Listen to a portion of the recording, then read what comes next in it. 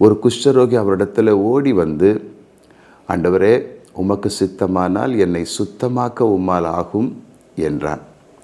ஆண்டவர் மனதுருகி அவனை தொட்டு, எனக்கு சித்தம் உண்டு, நீ சுத்தமாகு என்று சொன்னார். இது பல 1000 முறை நாம் தியானித்திருக்கிறோம். பல சுவிசேஷகர்கள் அவங்களுடைய சுவிசேஷத்தில் இந்த காரியத்தை பற்றி பேசியிருக்கிறாங்க.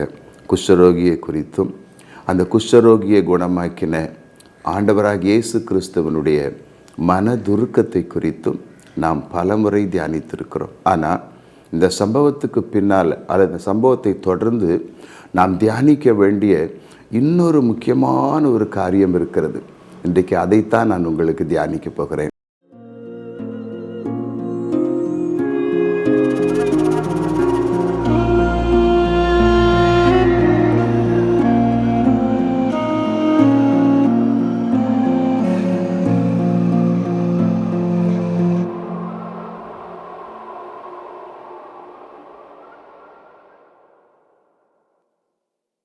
நல்ல கவனிங்க. அதே மார்க்கு சுவிசேஷம் 1ஆம் அதிகாரம் 43, 44, 45 இந்த 3 வசனங்களில் தான் அந்த குஷ்டரோகி சுகமான பின்பு என்ன நடந்தது அப்படின்னு சொல்லி எழுதப்பட்டிருக்கு. நான் குஷ்டரோகியோட சப்ஜெக்டுக்குள்ளே போக விரும்பலை. ஏன்னா நம்ம எல்லாருக்குமே தெரியும், அது நமக்கு எல்லாருக்குமே தெரிந்தது தான் இல்லையா. இப்போது நமக்கு இதுவரையிலும் அதிகமாக நம்ம தியானித்திராத ஒரு காரியத்தை தியானிக்க போகிறோம். இது அந்த குஷ்டரோகி கர்த்தரால் சுகமான பின்பு நடந்தது. நான் வாசிக்கிறேன், கவனிங்க. அப்பொழுது அவர் அவனை நோக்கி, நீ இதை ஒருவருக்கும் சொல்லாதபடிக்கு எச்சரிக்கையாயிரு. அந்த குஷ்டரோகிக்கு கர்த்தர் மனமிறங்கி மனதுருகி அவனை அணைத்து, இல்லையா, அந்த சுகத்தை ரொம்ப அழகாக ஆண்டவர் கொடுப்பாங்க. அந்த குஷ்டரோகியை அணைத்து தான் சுகத்தை கொடுப்பாங்க. அவனை தொட்டு அவனை சுகமாக்கினார்னு எழுதப்பட்டிருக்கோம். இப்போது சொஸ்தமான பின்பு, அந்த குஷ்டரோகி சுகமான பின்பு கர்த்தர் அவனை பார்த்து என்ன சொல்கிறாங்கன்னா, நீ இதை ஒருவருக்கும் சொல்லாதபடிக்கு எச்சரிக்கையாயிரு. நல்ல கவனிங்க. சுகத்தை கொடுத்த பின்பு அந்த மனிதனுக்கு அவனுடைய உணர்வுகள் எப்படி இருந்திருக்கும் இல்லையா. சுகமான பின்பு குஷ்டரோகி அவனுடைய உடலெல்லாம் அரித்து போயிருக்கும், அந்த வியாதி அரிச்சிருக்கும். அவனுடைய முகப்பொழிவு, முக தோற்றத்தை அது மாற்றி இருக்கும். யாருமே சகிக்க முடியாத அளவுக்கு அவன் மேலே நாற்றம் அடைந்திருக்கும். உலகத்தை விட்டு இல்லையா ஒதுக்கி வைக்கப்பட்டிருப்பான். மனுஷர்கள் அவனை ஒதுக்கி வைத்திருப்பார்கள். அந்த காலத்தில் தீட்டுன்னு கத்தணும், யாரும் கிட்ட கூட வர்றதுக்கு இவங்களே இடம் கொடுக்கக்கூடாது. ஸோ அப்படிப்பட்ட சூழ்நிலையில் அவன் சுகத்தை பெற்றுக்கிட்டான். அப்போ அந்த குஷ்டரோகியோட சரீரம் மாறிப்போச்சு, உடல் மாறிப்போச்சு. இப்போ எங்கே பார்த்தாலும் பளபளன்னு இருக்குது அந்த ஸ்கின். அந்த ஒருவேளை குட்டையான விரல்களெல்லாம் ஒருவேளை நீளமாக இருக்கலாம். முகத்தில் இருந்த அந்த சுருக்கங்கள், அந்த புண்ணு, அந்த நாற்றமெல்லாம் மாறி இருக்கலாம். அப்போ அவனுக்கு ரொம்ப சந்தோஷம் இல்லையா. ரொம்ப அவனுடைய சந்தோஷத்தின் உச்சத்தில் அந்த குஷ்டரோகி வாழ்ந்து கொண்டிருக்கிறார். அந்த சூழ்நிலை, அந்த இன்ஸ்டன்ஸில், அந்த சமயத்தில் கர்த்தர் சொன்ன வார்த்தை என்னென்னா, இதை நீ யாருக்கும் சொல்லாதப்பா, நீ சொல்லாதபடிக்கு எச்சரிக்கையாயிரு. ரொம்ப ரொம்ப முக்கியமான ஒரு வார்த்தை நான் சொல்கிறது. அப்போ அதற்கு ஒரு நோக்கம் இருக்குது. ஆண்டவர் இதை நீ சொல்லாதே அப்படின்னு சொன்னதற்கு ஒரு பெரிய நோக்கம் இருக்குது. பின்னால் நம்ம அதை தியானிக்க போகிறோம். நான் கவனிச்சுட்டு வாங்க. ஆயினும் நீ போய் ஆசாரியனுக்கு உன்னை காண்பித்து, நீ சுத்தமானது நிமித்தம் மோசே கட்டளையிட்டிருக்கிறவைகளை அவர்களுக்கு சாட்சியாக செலுத்து என்று கண்டிப்பாய் சொல்லி உடனே அவனை அனுப்பிவிட்டார். அந்த நாட்களில் பைபிள் படி ஒரு குஷ்டரோகி சுகத்தை பெற்றுக்கொண்டால் உடனே போய் தன்னை ஆசாரியனுக்கு காட்டணும். அது ஒரு பெரிய கட்டளை. மோசேயின் மூலமாக இஸ்ரவேல் மக்களுக்கு கொடுக்கப்பட்ட ஒரு கட்டளை. அப்போ அவங்க சுகமாயிட்டாங்கன்னா ஆசாரியர்கிட்ட காட்டணும். ஆசாரியன் அவங்கள குவாரண்டைன் பண்ணுவார், தனியாக வைப்பார். கொஞ்ச நாளைக்கு வைத்து அது திரும்ப வருதா அப்படின்னு பார்ப்பார். ஸோ இது ஒரு நிறைய காரியங்கள் இருக்குது. அந்த அவர் சுகமானவர்னு டிக்ளேர் பண்ணுறதுக்கு ஆசாரியன் தான் இவர் பூர்ணமாய் சுகமானார் அப்படின்னு சொல்லி அறிவிக்கணும். அதற்கு முன்பு ஆசாரியன் செய்ய வேண்டிய காரியம் நிறைய இருக்குது. ஆனால் நடந்தது என்ன? அவனோ புறப்பட்டு போய் இந்த சங்கதி எங்கும் விளங்கும்படியாக பிரசித்தம் பண்ண தொடங்கினான். அதனால் அவர் வெளியரங்கமாய் பட்டணத்தில் பிரவேசிக்க கூடாமல் வெளியே வனாந்திரமான இடங்களில் தங்கியிருந்தார். எத்திசையிலும் இருந்த ஜனங்கள் அவரிடத்திற்கு வந்தார்கள். நல்லா கவனிங்க, இந்த குஷ்டரோகி ஆண்டவர் சொன்னதை செய்யலை. அவர் நேரே போய் என்ன பண்ணுறாரு, ஆண்டவர் எதை செய்யக்கூடாதுன்னு சொன்னாரோ அதை செய்கிறதை பார்க்கிறோம். கவனிக்கிறீங்களா நண்பர்களே? ஆண்டவர் மனமிறங்கி அவருக்கு சுகத்தை கொடுத்தார். சுகத்தை கொடுத்து இதை போய் நீ யாருக்கும் சொல்ல வேண்டாம் அப்படின்னு எச்சரித்தார். ஆனால் இந்த குஷ்டரோகி அந்த வார்த்தையை கேட்டதாக தெரியலை. அல்லது ஆண்டவர் சொன்னது போல ஆசாரியனுக்கு போய் தன்னை காண்பித்ததாக கூட தெரியலை.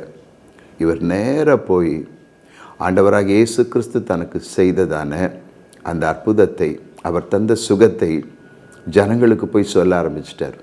இது ஒருவேளை நம்முடைய பார்வைக்கு ரொம்ப நல்லது தானே பண்ணார், ஆண்டவரை பற்றி தானே இவர் போய் சொன்னார் அப்படின்னு நமக்கு நினைக்க தோன்றும். ஆனால் இது தேவனுக்கு கீழ்ப்படியாத ஒரு செயல்தான். இதனால் என்ன நடந்துச்சு தெரியுமா? ரொம்ப அழகாக எழுதப்பட்டிருக்கு அந்த கடைசி வசனத்தில். அதனால் அவர் வெளியரங்கமாய் பட்டணத்தில் பிரவேசிக்க கூடாமல் போயிற்று. அந்த பட்டணத்துக்குள்ளே போய் அந்த பட்டணத்துக்கு சுவிசேஷத்தை அறிவிக்க வேண்டும் என்பது இரட்சகராக இயேசு கிறிஸ்துவனுடைய நோக்கம், அது அவருடைய சித்தம். இந்த மனிதன் போய் இதையெல்லாம் சொல்லிவிட்டால் ஜனங்கள் கூட்டம் கூடிடுவாங்க, பெரிய கூட்டமாயிரும். அப்போது அவரால் அவருடைய சித்தத்தின்படி காரியங்களை அங்கே நடப்பிக்க முடியாது. அப்படி தானே எழுதப்பட்டிருக்கு. அதனால் அவர் வெளியரங்கமாய் பட்டணத்தில் பிரவேசிக்க கூடாமல் வெளியே வனாந்திரமான இடங்களில் தங்கியிருந்தார். இப்போ இந்த குஷ்டரோகி, சுகம் பெற்ற குஷ்டரோகி போய் செய்த காரியம் என்ன நடந்துச்சு அப்படின்னா, அவர் எதை அந்த பட்டணத்தில் செய்ய விரும்பினாரோ அதை தடுத்து விட்டது. கவனிக்கிறீங்களா? அதை தடுத்து விட்டது. ஆண்டவர் சொன்னாங்க, நீ அமைதியாக இரு, அவ்வளோதான். அந்த பட்டணத்தில் அவர் செய்ய வேண்டிய காரியங்கள் அநேகம் இருந்துச்சு. ஆனால் இந்த குஷ்டரோகி எல்லாவற்றையும் போய் சொன்னதனால் அவனுக்கு அது தீமை என்று தெரியாது, அல்லது அது தேவ சித்தத்தை தடுத்து விடும் என்று தெரியாது. ஆனாலும் அவன் கீழ்ப்படியாமையினாலே, கர்த்தருடைய வார்த்தையை கொஞ்சம் கூட மனசில் போட்டுக்கொள்ளாமல் அவன் போய் எல்லாவற்றையும் அந்த பட்டணத்தில் பிரசித்தப்படுத்தினபடியால் இவரால் அந்த பட்டணத்திற்குள்ளே நுழைய முடியாமல் போச்சு. கவனிக்கிறீங்களா? இது பார்ப்பதற்கு நன்மையை போல தெரிந்தாலும் இது தேவ சித்தத்துக்கு விரோதமான ஒரு காரியம். என் அன்பு தேவனுடைய பிள்ளைகளே, கர்த்தருடைய ஊழியக்காரரே, ஒரு காரியத்தை நீங்கள் நல்லா கவனிக்கணும். ஜனங்களுக்கு, இது கர்த்தருடைய ஊழியர்களோடு நான் பேசுகிறேன், ஜனங்களுக்கு கர்த்தருடைய வார்த்தைகளை நம்ம கொடுக்கும்போது அது வேதத்தின்படி இருக்கணும், பைபிள் படி இருக்கணும். ஆண்டவர் என்ன நமக்கு சொல்ல கட்டளை இட்டிருக்கிறாரோ அப்படித்தான் நம்முடைய பிரசங்கம் இருக்கணும், அப்படித்தான் நம்முடைய சத்தியம் இருக்கணும், அப்படித்தான் வேத வசனங்கள் இருக்கணும். நாம் ஜனங்கள் மேலே ரொம்ப அன்பு கொண்டு அல்லது அன்பாக நாம் இருப்பதாக நினைத்து கொண்டு அவங்கள ஆற்றி தேற்றினா போதும்னு நினச்சி அவங்களுக்கு உண்மையான சத்தியத்தை மறைச்சி கர்த்தர் உங்களை ஆசீர்வதிக்கிறார், கர்த்தர் உங்ககிட்ட அன்பாக இருக்கிறாரு, நீங்கள் கவலையே படாதீங்க, உங்கள் வாழ்க்கையை பற்றி கவலை இல்லை, நீங்கள் எப்படி வாழ்ந்தாலும் கவலை இல்லை, உங்களை அவர் ஆசீர்வதிப்பார், உங்கள் பிள்ளைகள் அவர் ஆசீர்வதிப்பாருன்னு நம்ம பிரசங்கிக்க ஆரம்பிக்கும்போது அந்த பிரசங்கம் கேட்குறவங்களுக்கு ரொம்ப இனிமையாக இருக்கலாம். இந்த ஐயா பேசுகிறது எவ்வளோ ஆறுதலாக இருக்குது, எவ்வளவு ஆசீர்வாதமாக இருக்குது, ஆகா அவர் சொல்லும் பொழுது அந்த அன்பு எவ்வளோ வெளிப்படுது, அந்த மனதுருக்கம் எப்படி வெளிப்படுது அப்படின்னு ஜனங்க நினைக்கலாம். ஆனால் தேவன் அப்படி நினைக்க மாட்டார். ஏன் தெரியுமா? அது தேவனுடைய சித்தத்துக்கே விரோதமானது. ஒரு மனிதன் பாவத்தில் இருக்கும் பொழுது, அக்கிரமத்தில் இருக்கும் பொழுது, அவன் தேவனையே அறியாதபடி தேவனுடைய வழிகளல்லாத பொல்லாத வழிகளில் நிலைத்திருக்கும்போது கர்த்தர் ஒன்று ஆசீர்வதிக்கிறாரு, கர்த்தர் உன் மேலே ரொம்ப அன்பாக இருக்கிறாரு, நீ கவலையே படாதப்பா, உன் துக்கம் சந்தோஷமாக மாறிடும் அப்படின்னு சொல்வதற்கு பார்த்தீங்களா, அதை குறித்து தான் நான் பேசிகிட்டு இருக்கிறேன். ஆண்டவராக இயேசு கிறிஸ்து இந்த பூமியிலே வாழ்ந்த பொழுது அவருக்குள்ள இருந்த அன்பும் அவருக்குள்ள இருந்ததான மனதுருக்கமும் எந்த மனுஷனிடத்திலும் காணப்படவில்லை. அவ்வளவு மனதுருக்கம். ஜனங்களை பார்த்த பொழுதெல்லாம் கண்ணீர் விட்டார். மெய்ப்பனில்லாத ஆடுகளைப் போல ஜனங்கள் இருந்தபோது, ஐயோ இவங்களை வழிநடத்த ஒருவரும் இல்லையேன்னு சொல்லி ஆண்டவர் கண்ணீர் விட்டார், மனதுருகினார். ஈவன் லாசருடைய மரணத்தில் கூட கர்த்தர் கண்ணீர் விட்டார்னு பார்க்கிறோம். ஆனால் இந்த மனதுருக்கமோ அன்போ அவரை சத்தியத்தை பேச விடாமல் தடுக்கவில்லை. கவனிக்கிறீங்களா? தடுக்கலை.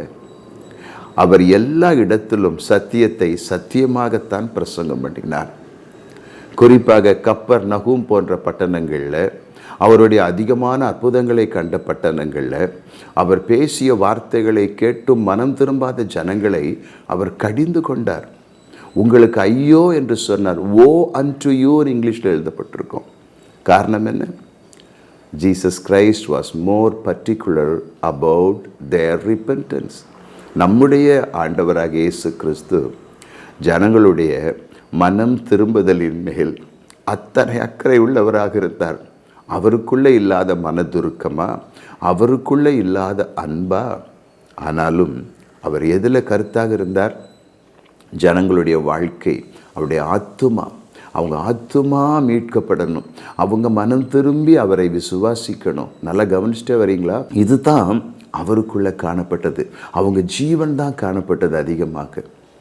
அதைத்தான் கற்றுக்கொள்ள வேண்டியது நமக்கு அவசியமாக இருக்குது. ஒரு உத்தமனான ஒரு ஊழியன், ஒரு உண்மையுள்ள ஊழியன் உத்தமர்களை எழுப்ப வேண்டும், உத்தமர்களை உருவாக்க வேண்டும்.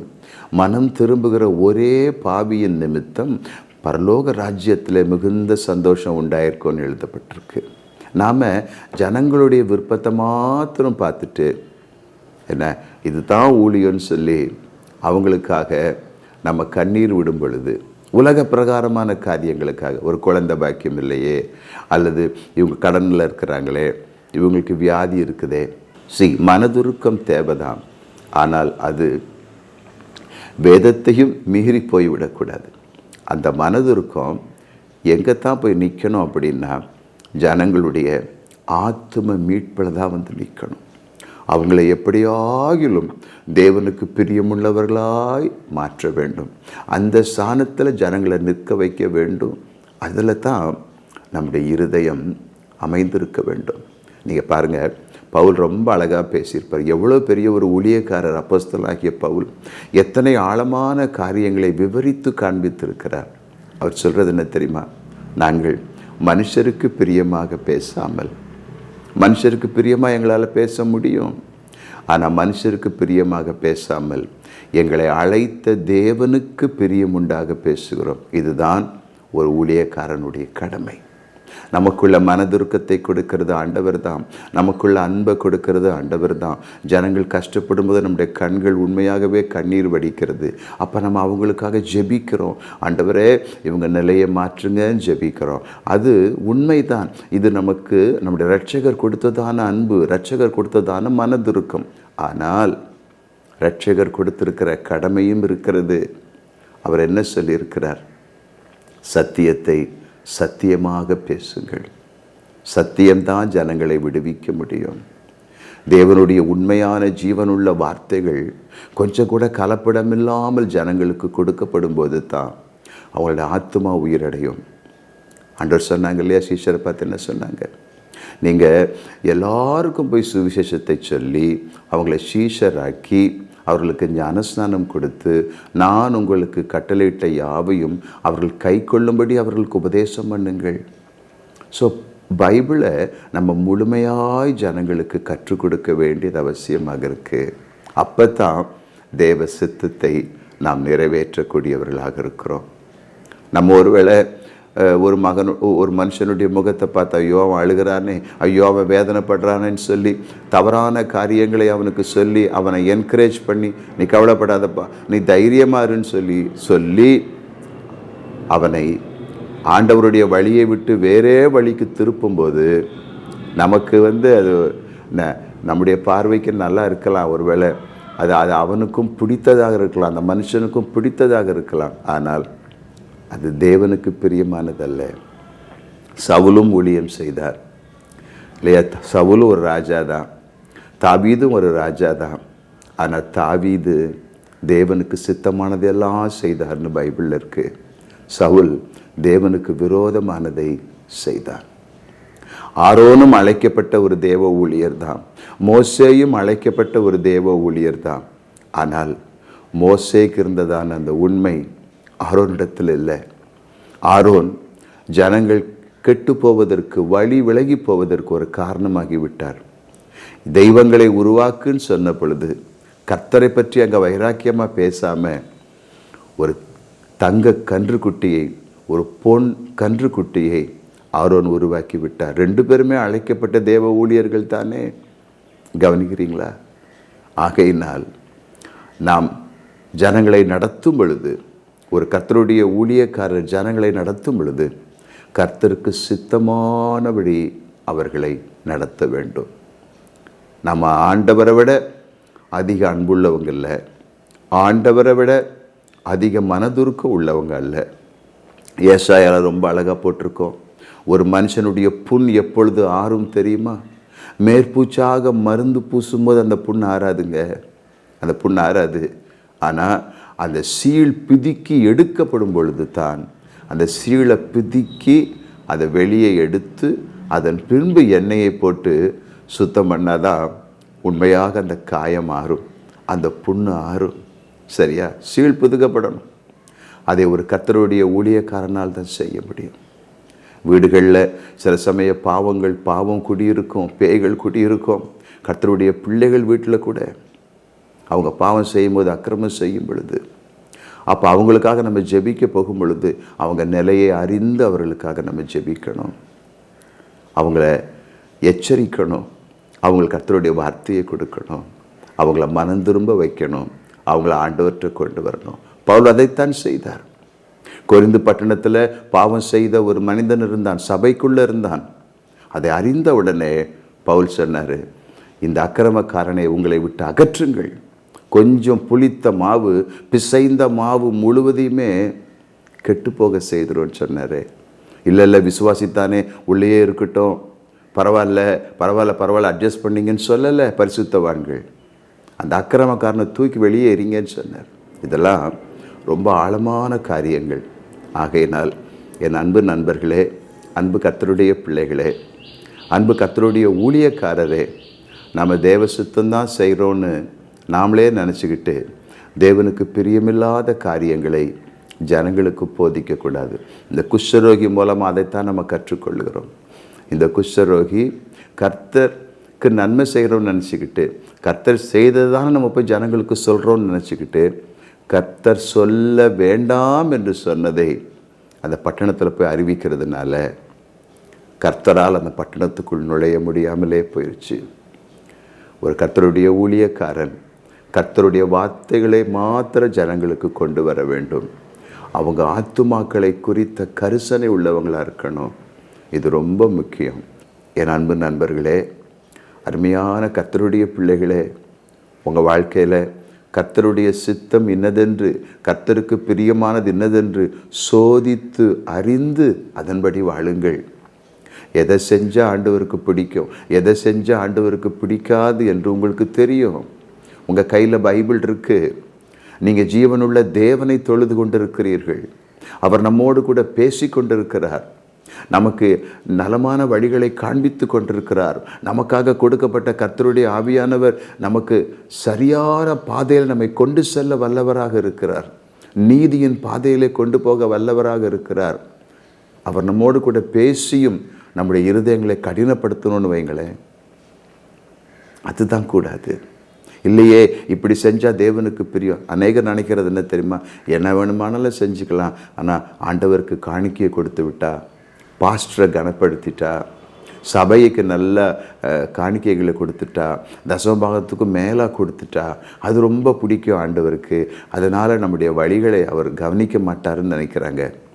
அநேகர் என்ன நினைக்கிறாங்க? நம்ம ஊழியம் செஞ்சுட்டா, நம்ம போய் இயேசு நல்லவர்னு ஜனங்களுக்கெல்லாம் சொல்லிட்டா, நம்முடைய வாழ்க்கையை பற்றி அவர் ரொம்ப கண்டுக்க மாட்டார், கவனிக்க மாட்டார் நினைக்கிறாங்க. தவறு. அது ஒரு தவறு. நீங்கள் தப்பாக நினைக்கிறீங்க.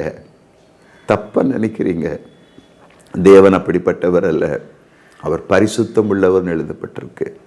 பரிசுத்தம் உள்ளவர்னா என்ன? அவர் உண்மை உள்ளவர், பரிசுத்தம் உள்ளவர். அவரிடத்துல நீங்கள் வேற்றுமை நிழலை பார்க்க முடியாது. He is triple the holy. முப்பரிமாணமும் பரிசுத்தம் உள்ளவர். நம்முடைய வழிகள் சரியில்லைன்னா அது சரியில்லை தான். இப்படி செய்து ஆண்டவருக்கு பிரியமாக நடக்கலான்னு பார்த்துடலாம் அப்படின்னா நடக்காது. இந்த குஷ்டரோகி ஆண்டவருக்கு பிரியமானது செய்கிறேன்னு நினைத்து ஆண்டவருக்கு பிரியமில்லாத அவருடைய நோக்கத்தை தடுக்கக்கூடிய காரியங்களை செய்தான் அப்படின்னு பைபிளில் எழுதப்பட்டிருக்கு. ஆகையினால் இது நமக்கு ஒரு பெரிய எச்சரிப்பு. நம்முடைய வாழ்க்கையை நம்ம கவனித்து கர்த்தரோடு கூட வாழ ஆரம்பிக்கணும்.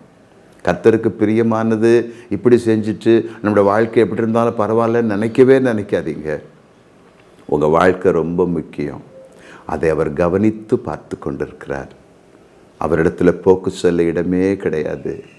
அவனுடைய கிரியைக்கு தக்கதான பலன் என்னோடு கூட வருகிறதுன்னு ஆண்டவர் சொல்லியிருக்கிறாங்க. பேதுரு ரொம்ப அழகாக சொல்வார், பட்சபாதம் இல்லாமல் அவனவனுடைய கிரியைகளின்படி அவனவனை நியாயம் தீர்க்கிறவரை நீங்கள் உங்கள் அப்பாவாக பிதாவாக கொண்டிருக்கிறபடியால் இந்த பூமியிலே வாழும் நாளெல்லாம் எச்சரிக்கையாய் ஜாக்கிரதையாய் வாழுங்கள் அப்படின்னு சொல்லி எழுதப்பட்டிருக்கு. ஆகையினால் என் அன்பு நண்பர்களே, நம்முடைய வாழ்க்கையில் கர்த்தருக்கு பிரியமில்லாத நம்மை விட்டு அகற்றி நாம் ரட்சிக்கப்பட்டிருக்கிறோம், அவருடைய பரிசுத்தமுள்ள இரத்தத்தால் கழுவப்பட்டிருக்கிறோம் என்பதை மாத்திரம் உணர்ந்து தேவனுக்கு பிரியமாய் நம்முடைய ரட்சிப்புக்கு ஏற்ற ஒரு வாழ்க்கையை வாழுவோம். அதுதான் தேவன் விரும்புகிறதான வாழ்க்கை. நம்முடைய பார்வைக்கு எது நல்லது எது கெட்டதல்ல, தேவனுடைய பார்வைக்கு எது நல்லது, தேவனுடைய பார்வையில் எது ஏற்றது, அதை நமக்கு கற்றுக் கொடுப்பது கர்த்தருடைய வேதம். இந்த வேதம் குறைவற்றதும் பேதையை ஞானியாக்குகிறதுமாக இருக்கிறது, ஆத்துமாவை உயிர்ப்பிக்கிறதாக இருக்கிறது. ஆகையினால meditate the word of God. எப்பொழுதும் தேவனுடைய வார்த்தைகளை நீங்கள் தியானித்து கொண்டே இருங்கள். அது உங்களை நீதியின் பாதையில் நடத்தும். நமக்காக கொடுக்கப்பட்டிருக்கிற கர்த்தருடைய ஆவியானவர் நம்மை நீதியின் பாதையில் சத்தியத்தின் பாதையில் நடத்தி செல்வார். அவருக்கு இடம் கொடுங்கள், அவருக்கு இடம் கொடுங்கள். அவரை துக்கப்படுத்தாதிருங்கள்.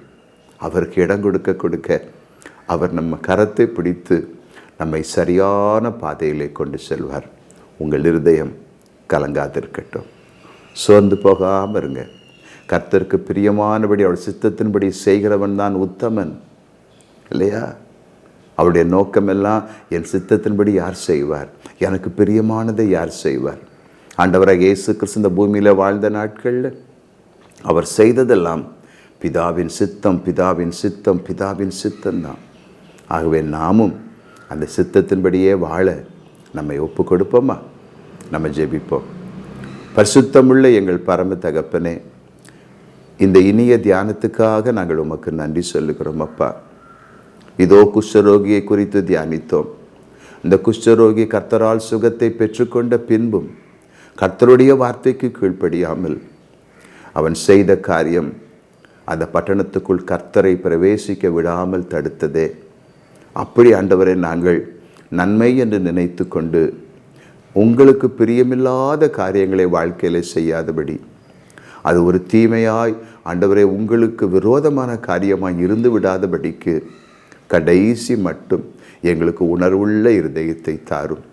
உங்களுக்கு கீழ்ப்படிந்து நடக்க எங்களுக்கு கிருபை தாரும். இதோ கர்த்தருடைய ஊழியத்தை செய்கிற நாங்கள் மனுஷருக்கு பிரியமாக அல்ல, எங்களை அழைத்த எங்கள் தேவனுக்கு பிரியமுண்டாக பேச எங்களுக்கு நீர் கிருபை செய்தருளும். நீங்கள் அப்படி செய்கிறதற்காக நன்றி சொல்லுகிறோம் அப்பா. இதை கேட்டுக்கொண்டிருக்கிற ஒவ்வொரு மேலும் உடைய கிருபை இறங்கட்டும். உம்முடைய கரம் அற்புதத்தை செய்யட்டும். அவருடைய துக்கத்தை கர்த்தர் சந்தோஷமாக மாற்றும். அவருடைய வியாதி படுக்கை மாறட்டும் இயேசு கிறிஸ்துவின் நாமத்தினால். சோர்வுகள் நீங்கட்டும் எங்கள் ஆண்டவராக இயேசு கிறிஸ்துவின் நாமத்தினால். பூரண விடுதலையை நீங்கள் கொடுத்து விட்டதற்காக நன்றி சொல்லுகிறோம். எல்லா துதியும் எல்லா கனமும் எல்லா மகிமையும் நாங்கள் உங்களுக்கு ஏறெடுக்கிறோம். எங்கள் இரட்சகர் இயேசு கிறிஸ்துவின் நாமத்தில் ஜெபிக்கிறோம் எங்கள் நல்ல பிதாவே. ஆமேன், ஆமேன். So God bless you.